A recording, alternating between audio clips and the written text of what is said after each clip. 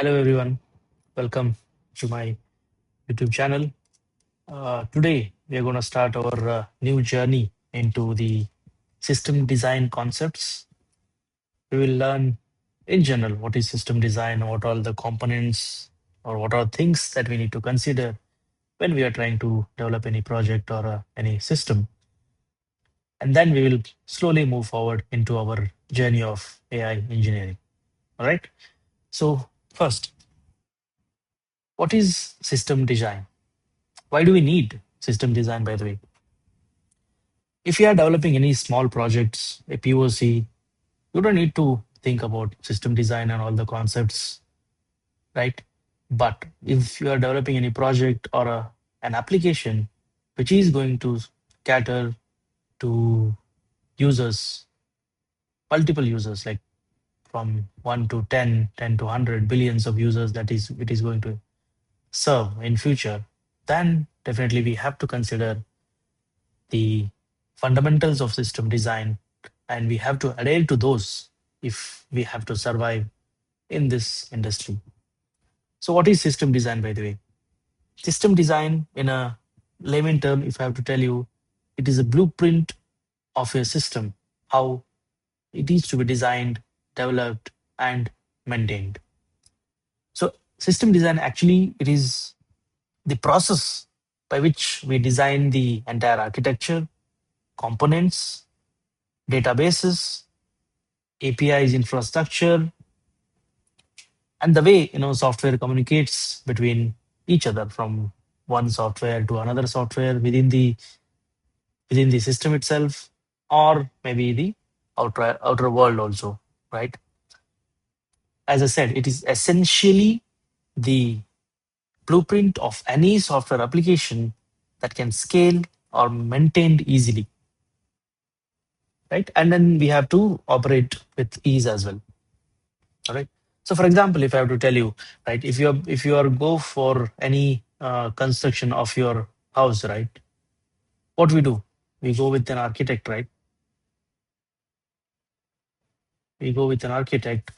They are going to um, give you a blueprint, basically based on our requirements. We are going to tell them that what all things we want.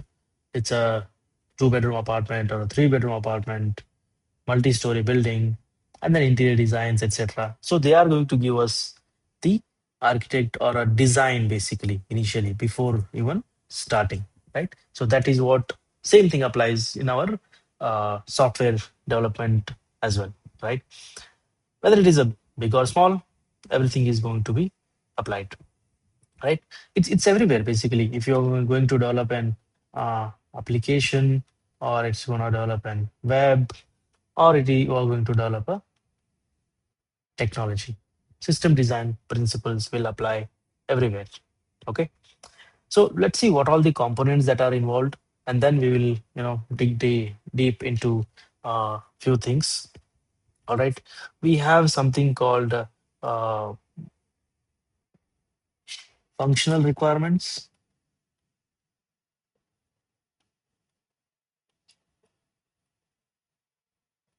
Functional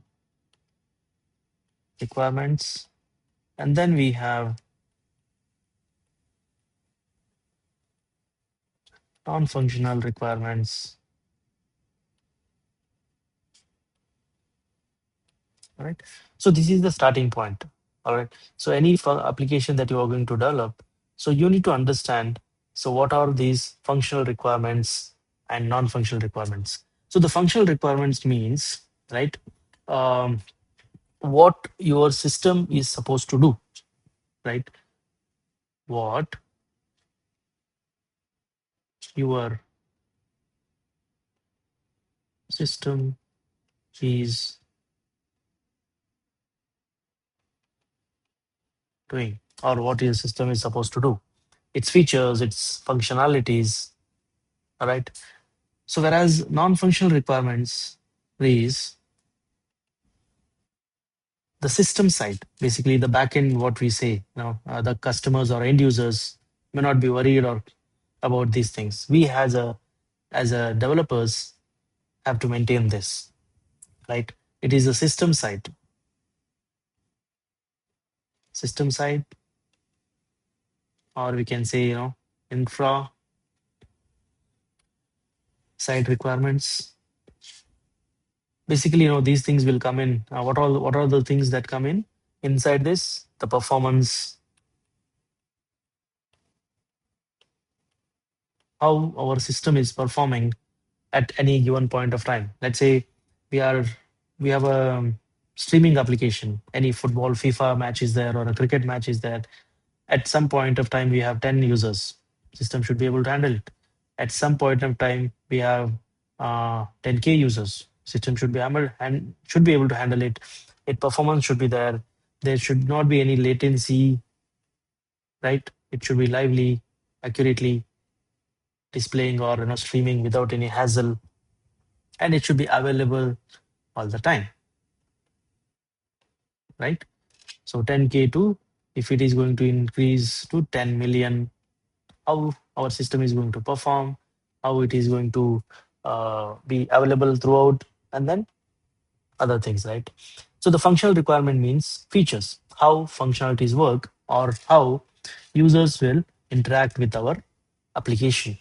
Whereas non-functional requirements are the system side, right? So why we need all this, right? So without gathering these requirements, functional requirements and non-functional requirements,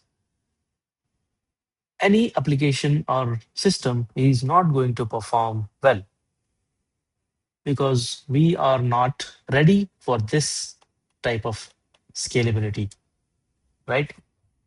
So at the very, very beginning, so when we have to do this functional and non-functional requirements is we have to do at the very beginning, day zero itself. Without that, we cannot start, right? Whether it is a small project or a big project, right?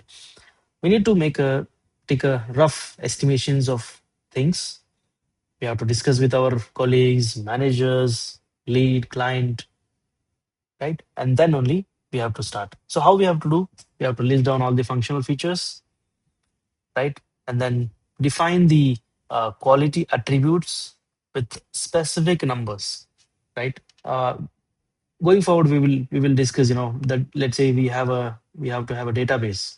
So what should be the size of the database? Is it 10 MB or it should be uh, 1 TB or it should be you know in terms of petabytes. So we have to have some numbers to it, right? And also, let's say I'll give you one example. For example, right, like let's say we are going to design a WhatsApp, right?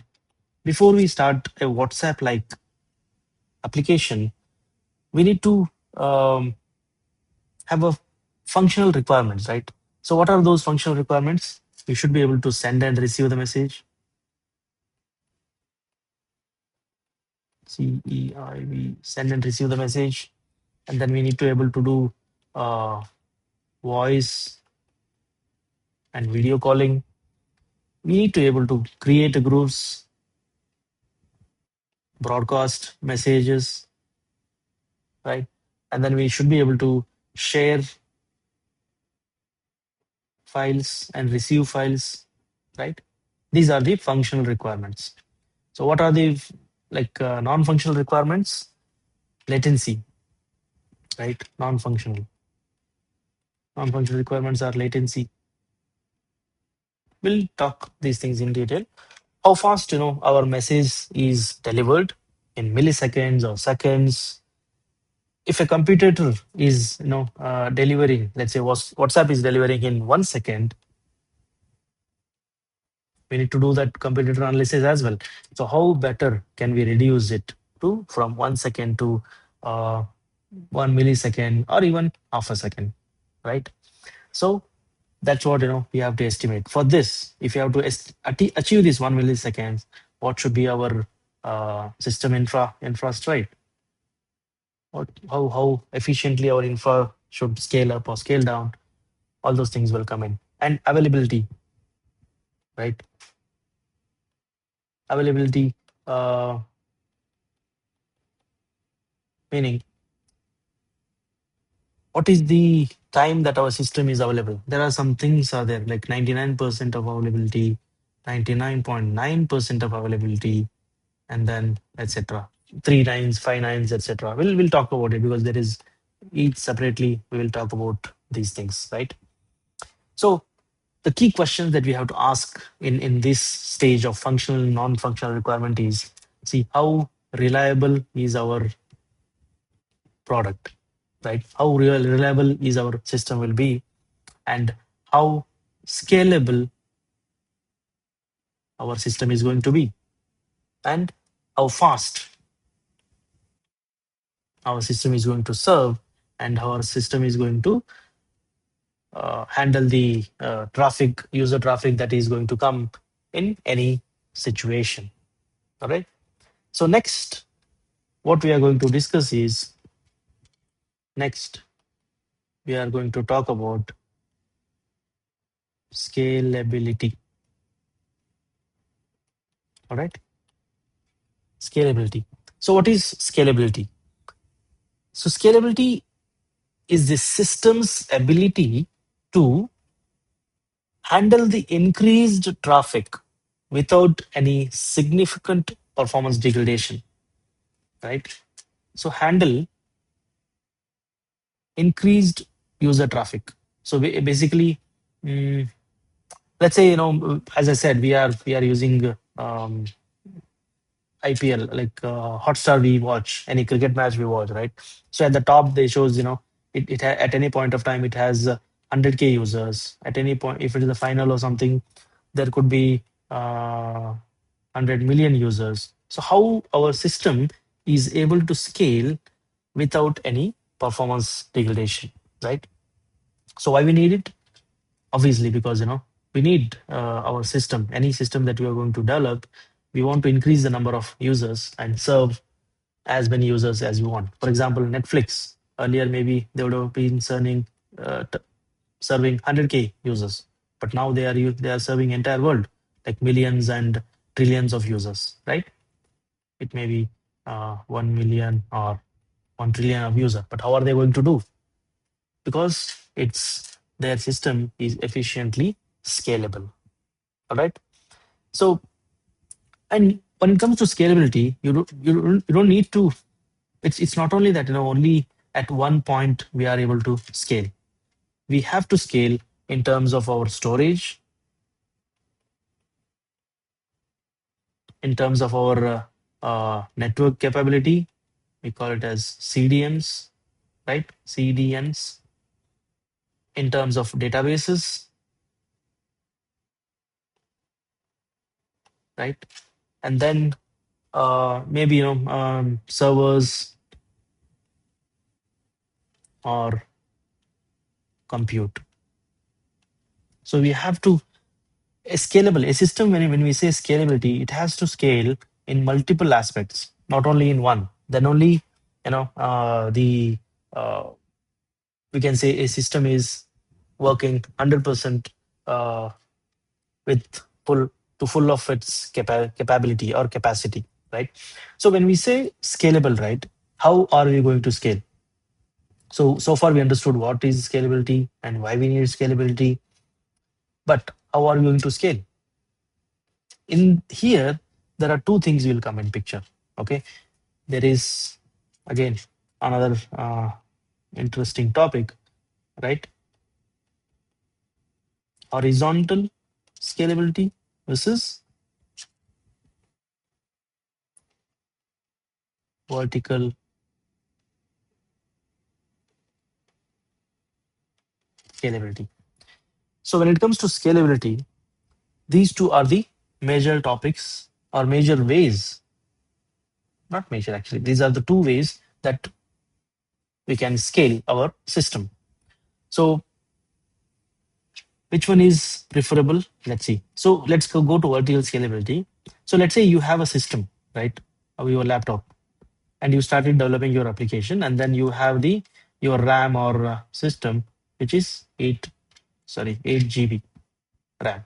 Okay, and initially start you're handling 10 customers, but what if suddenly you increase it to 100 customers or 100, let's say 10,000 customers, right? Then 8 GB is not enough. Your system is lagging. So hence, what you'll do? You'll increase your system, replace with 8 GB with 16 GB RAM and other hard disk memory, etc.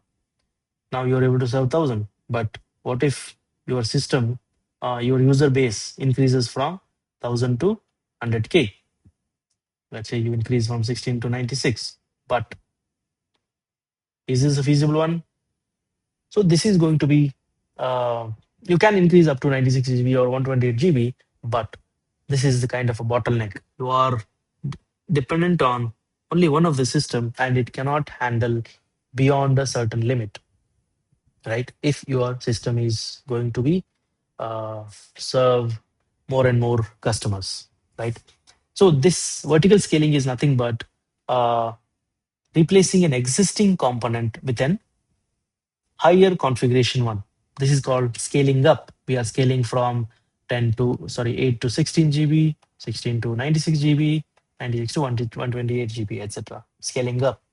But when it comes to horizontal scaling, right, all the cloud providers, everywhere we see serverless computation, right? Serverless compute that is there. How are we going to do, right? Horizontal scaling is nothing but, let's say you have a system, you started serving, and you have more user requirements that is coming in. Then instead of scaling up this, you add other components to it, maybe multiple systems. You keep adding horizontally or parallelly, then and with the increase in customers, you can handle how much ever increase it is, right? This is called scaling out. All right. So what is the benefit that we have here is this one is not, as I said, it is not feasible for a large scale enterprises, right? Any one system you cannot do. And if you have to, let's say, migrate from, let's say you have a one database is that one version, from one database to, if you have to make from 1.2 to let's say 1.x, you have to completely do the entire migration of this entire system, right? So which is not a feasible option for a long term, because it has a lot of limitations and a lot of bottlenecks will come into picture. All right. So when it comes to horizontal scaling, right? So this, you can keep adding multiple systems without disturbing the existing one. For example, the user is interacting with these machines, and if you are keep adding another things, right? So you do, it is not going to disturb the user interactions with your system at all. And when you have multiple systems working like that, you will have something called as load balancer. Request will come to the load balancer, and then it will handle the request based on the availability of the systems, right? It basically provides something called fault tolerance, right? So here in the horizontal scaling, if your one system, right, if it goes down, then gone. You cannot have maintain this availability of the system. So, and then there is no fault tolerance. So here in this case, it will give something called as fault tolerance.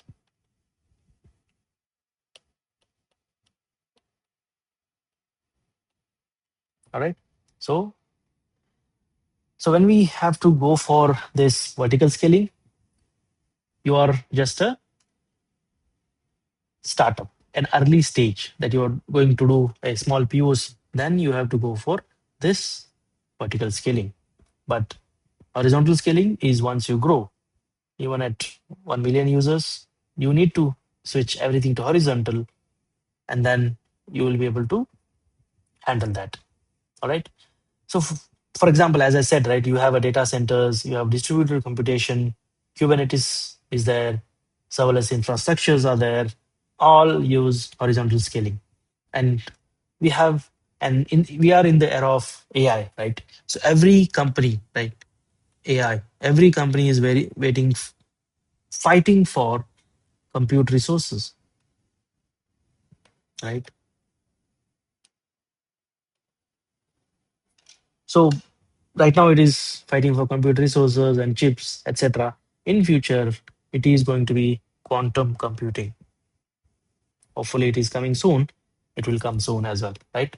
So this is the basically the benefit or the what is horizontal scaling and their benefits and features when we have to use, etc. All right. So we also talked about a concept came here, something called fault tolerance, right?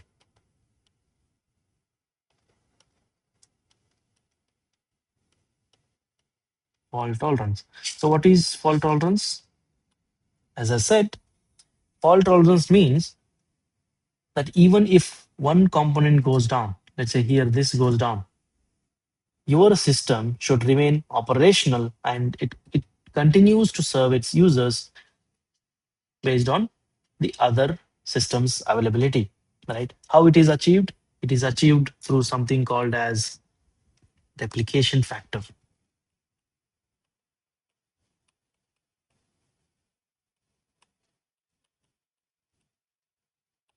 All right. So what do I mean by replication factor is that so these systems that you have, right? Let's say I have one system, two system meaning I'm talking about servers, okay? These systems. Let's say you have a one data called variable X, right? So which is going to store in three different systems. We have something called as reasons, region, and then zones, and then etc. There is one more stuffs will come. So we may keep the replicas in multiple zones and regions, right? So that if one system goes down, the system should be able to serve this request. If a user requests for, let's say, value of X, the system will serve from one of the other replicas that are available. So that is what the fault tolerance is all about. Okay. So next concept or next keyword that we have to know when it comes to the uh, system design is reliability. How reliable our system is. All right. Reliability. Right. System performs. Reliability meaning how reliable our system is. But the exact definition, if I have to tell you, uh, how our system performs continuously in a correct manner, continuous performance in a correct manner, continuous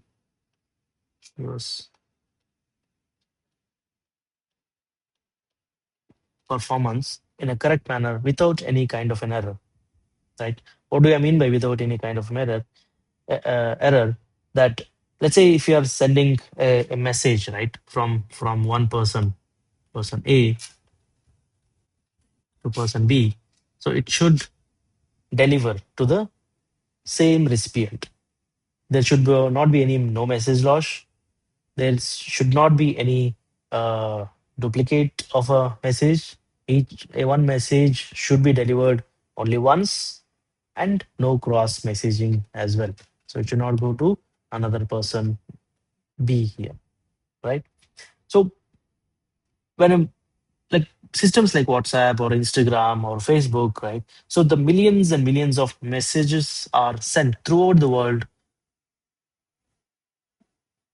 every minute or every second, I would say. So how reliable it is. So that's how the concept will come into picture there, right? So this is the concept of reliability. So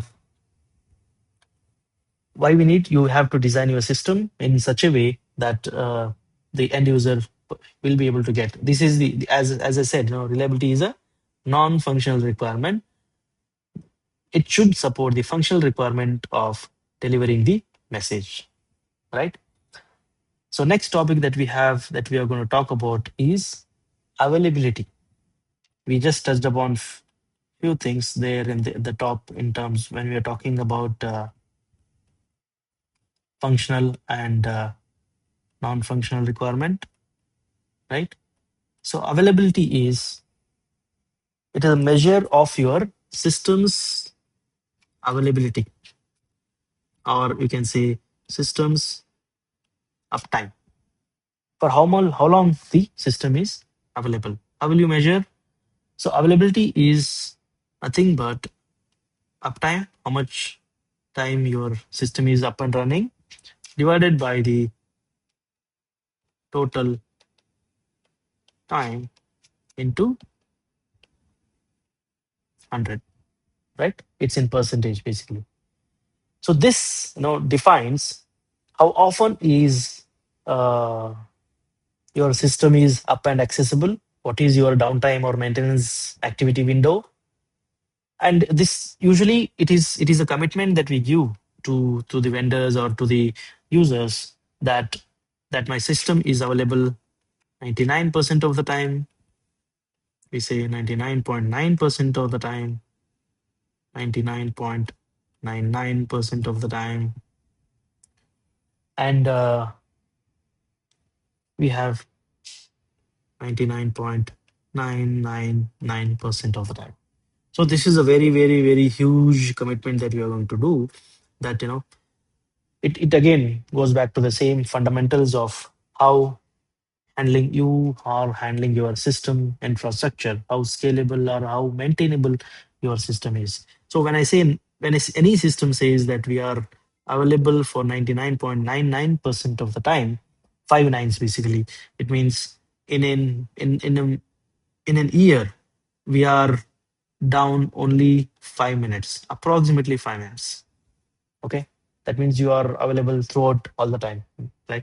When we say 99.99% of the time, we are available or down only 52 approximately. Okay, these are all approximate, only 52 minutes in a year. Okay, 365 days.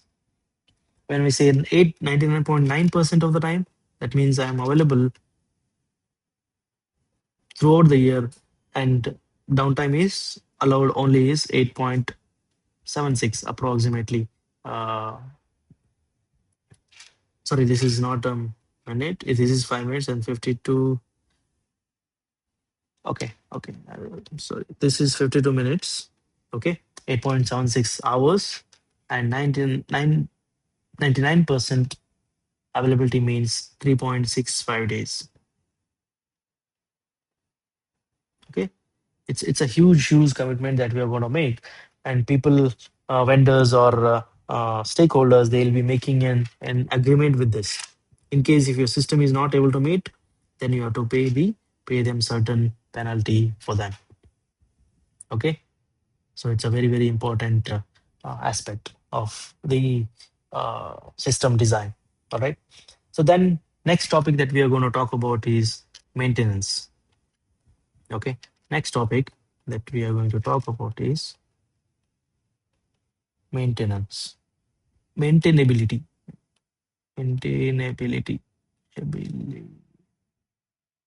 How easy it is to maintain your application, how you have designed your system so that it is easy to maintain in any disruptions or any situation. All right. For example, let's say we want to add a feature, right? And if you want to improve a code, performance information, improvisation that you want to do, improve code, and let's say you want to fix a bug. Let's say customer reported some bugs, and then you are trying to fix a bug.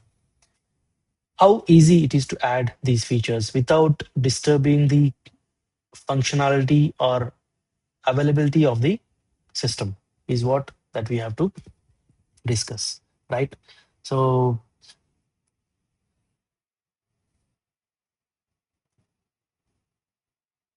we are going to talk about we are talking about maintainability. Yes. um, this is a feature, like how we are going to add this is, let me think. Um,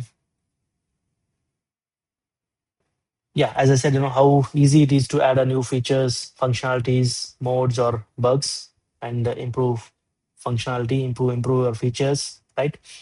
Um, how we can achieve this is clean architecture, right? How we can achieve, we have to have a clean architecture. Your coding wise, your system wise, all those things. When it comes to coding, right, we have something called as solid principle. Whenever you write your code, it should follow this principle so that it is easy to maintain. And every component, not only coding, when it comes to CDN, right? When it comes to CDN, when it comes to uh, caching, and when it comes to compute, we are going to have developed the system in such a way that it is easily maintainable. All right. We need to have a proper documentation, we need to have a modular code, etc. Right. So this is about uh, maintainability. Right. So next thing that we are going to talk about in this thing concepts of a system design are is performance.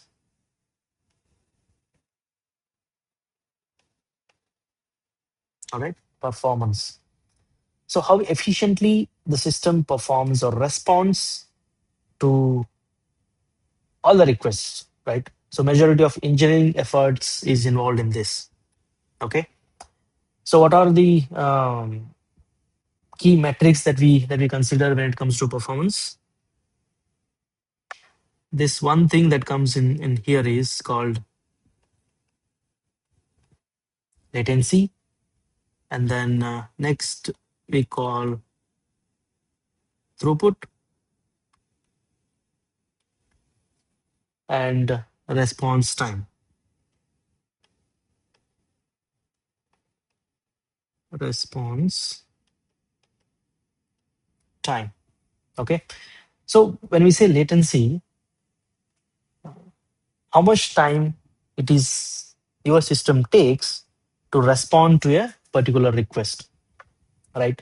For example, when you do a Google search, right, it shows that it returns results in uh, 10 milliseconds or 100 milliseconds, etc. Right? Whatever system that you are designing, you must measure its latency every time for every activity, right?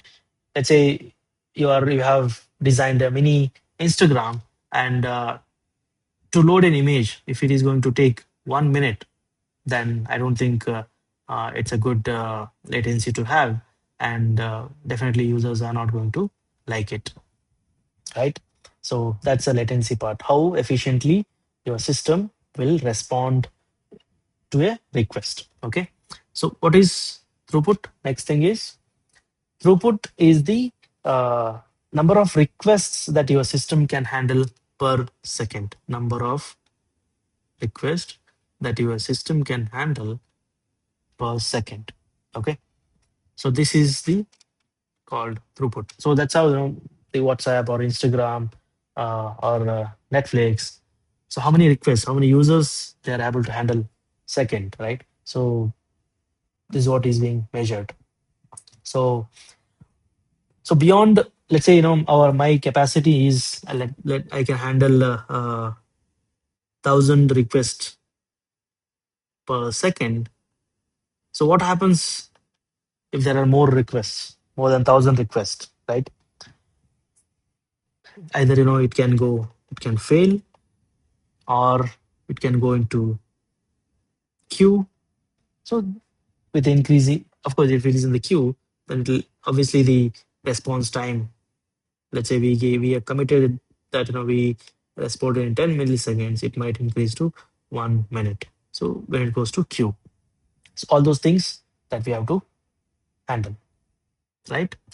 So what is response time now? So response time is the time taken to respond to a particular request at any given point of time. Okay, this is the uh, request comes to the user, and then if your system is here, and then what is the time taken from response to request is called response time.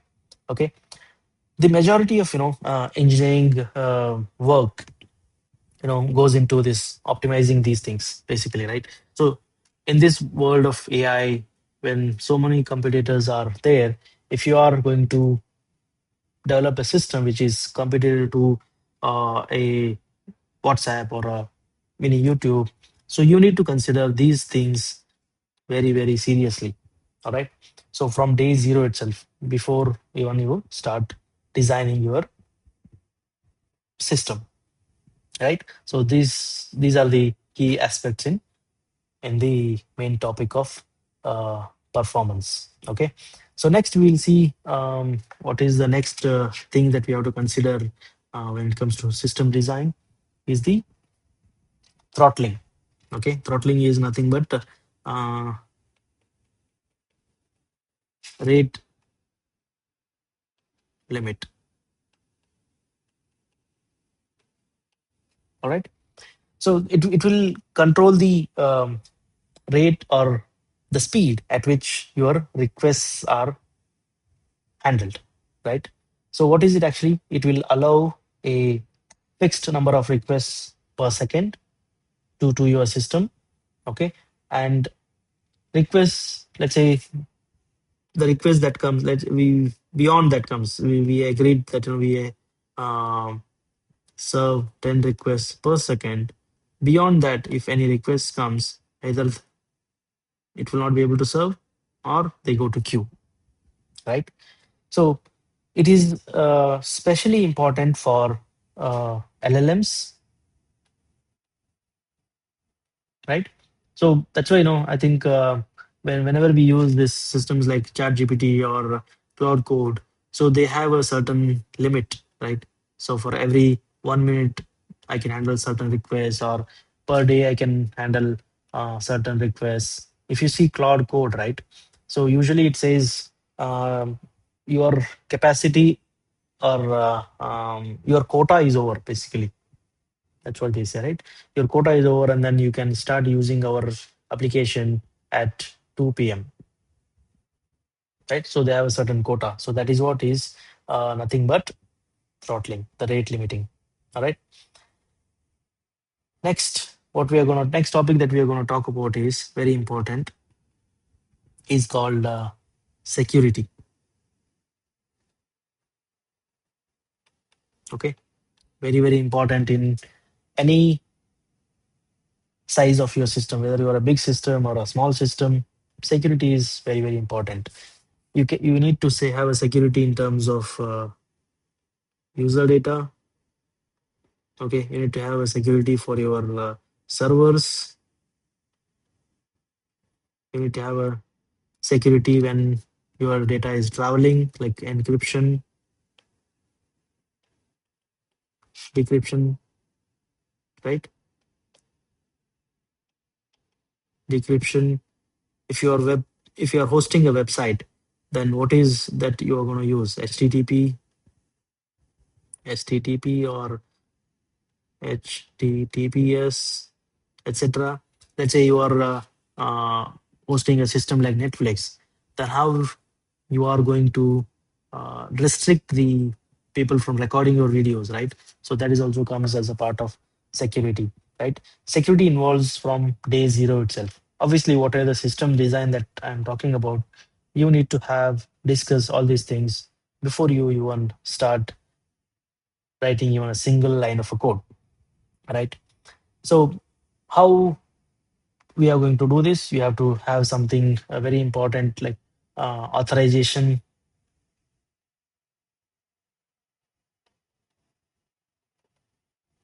and authentication mechanism. We should have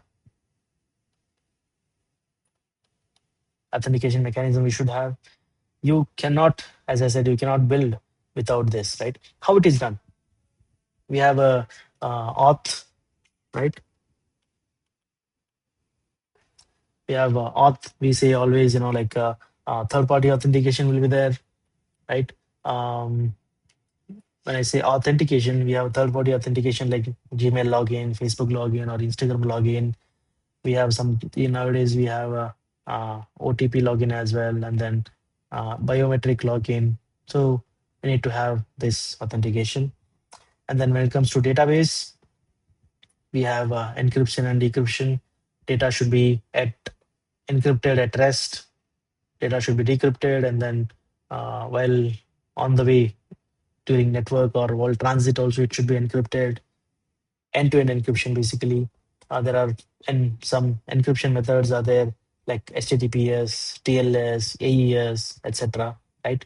Only the end users should be able to see the data. All right. Uh, some of the systems like banking systems must be highly secured. WhatsApp, it claims that it is having end-to-end encryption. All right. um, if you are using Instagram, recently you might have noticed their announcement that your DMs may not be encrypted. Okay, that's what they announced because they want to understand the user interests for ad recommendation. All right. So key takeaways from security is that, right, we are going to secure with respect to authentication, multiple authentication, and then we are going to use end-to-end encryption. Okay, end-to-end encryption, and we are going to have when it comes to LLM or anything, right? We nowadays we say we are going to have some guardrails, right? This is also part of security as well. Okay, so these are the concepts that I've discussed so far are the fundamentals or the uh, pillars, I would say, of any system design. Okay. So what have we discussed so far? Let's quickly review before we wrap up the call. So we understood what are the functional requirements and non-functional requirements, and then we deep went into a little more deeper into the topic of scalability, how your systems can scale when the user traffic increases or decreases. And scalability has to be done in all the aspects of the system, not only in one aspect, right? It can be storage, network, databases, servers or compute, etc. Scalability can be done in horizontal and vertical scalability as well. Vertical is suitable for a small application, not even small application, I would say a POC. Okay, sorry, a POC kind of a thing. But all the systems, high-end systems, or if you want to compete with the Netflix or YouTube or even a small e-commerce application, you need to have go with the vertical scaling. I'm sorry, you need to go with horizontal scaling. Okay. Next, what is fault tolerance? We saw we will fault tolerance comes when in the case of horizontal scalability when we have multiple systems or servers working together, and it is achieved through something called replication factor. All right. So usual replication factor is 3. Okay, 3 replication factors is the in general scenario. If you're working on any big data systems or Hadoop, etc., SDFS, usually it will maintain 3 replications, and that is what is followed. And next, we spoke about availability. How much time is your system up and running? These are the SLAs or agreements that any system should make to the stakeholders. Otherwise, you have to pay the penalty to the end users. Okay. Next, we saw maintainability, how efficiently your system is maintainable. All right. This comes more towards your how you write your code, how you design your database systems, how you handle your streaming application data, etc. And one of the things in coding, it comes as a solid principle. And in database, we have something called caching or SCD2, and all those things will come in. So we have to dig down into multiple aspects of it. So performance we spoke about. When it comes to performance, we spoke 3 things: latency, right, and throughput and response time. These things, right? How you should handle any request that comes and how many number of requests that you should handle. What is the uh, time gap or delay gap between request and response, etc. Throttle, the number of requests that you can handle per second. There should be limit, especially in the case of LLM. All right, not in the case of your system like YouTube or Instagram. Right, security, very very important aspect. Right, you need to protect your user data. You need to have encryption and decryption enabled. Nobody should be able to see the data, right? Um, Server should be protected from cyber threat, etc. Right? Data should be encrypted in rest or in transit as well, right? And then authentication. No, you can authenticate using OTP, biometric, etc. So these are all the things that we have seen when it comes to system design. All right. So I hope you guys enjoyed the discussion that we had so far. And in the coming session, right, upcoming sessions, we will discuss few more topics in detail. And please feel free to share your comments or feedbacks in the comment section. That will really help us, and share it with your friends as well. Thank you so much.